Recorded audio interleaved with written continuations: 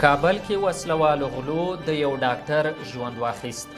سلامونه، وخت مو په خیر. د دې ویډیو د ترپایه کتو بلنه درکوو.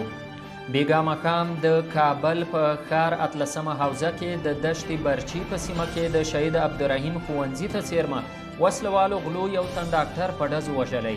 د کابل د امنیه قمندانۍ ویان فردوس فرامرز وایي په دې پیښه کې د غلو پر ډزو 2 کسه نور ټپیان شول چې یو یې په روغتون کې ساه ورکړه او بل په عاجله خونه کې تر درملنې لاندې دی.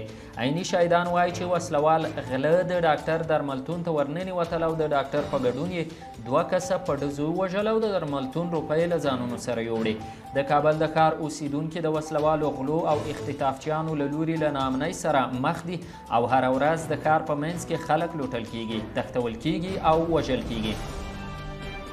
تیره ورځ د جمهوریت د روغتون د بیړنۍ څانګې مشر ډاکټر محب بارکزی هم په کابل ښار کې وتښتول شو.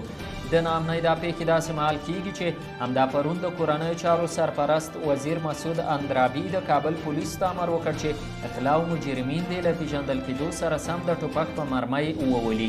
نوموړي د کابل ښار 5مه ناحیه کې له امنیتي مسؤلینو سره په کتنه کې سپارښتنه کړې وه چې د کابل د ښار د امنیت د پراخې خرابۍ له امله دې د مجرمینو او غلو پر وړاندې مبارزه چټکه کړي او له توپیر پرته دې غلا او مجرمین په نښه کړي. نوموړي امنیتي مسؤلینو ته وویل چې که په خپلو دندو کې ناغېړي وکړي نو جدي چلند به ورسره وشي. د کابل ښاریان وایي چې د کابل په هیڅ سیمه کې ځان امن نه احساسوي او په هره لاره کې لار شوکوونکي غله شتون لري. مننه چې زموږ دا ویډیو او خبر مو وکته او واوریده. خو د نورو مهمو خبرونو او ویډیوګانو د اوریدو او کتو لپاره زموږ ملتیا وکړئ.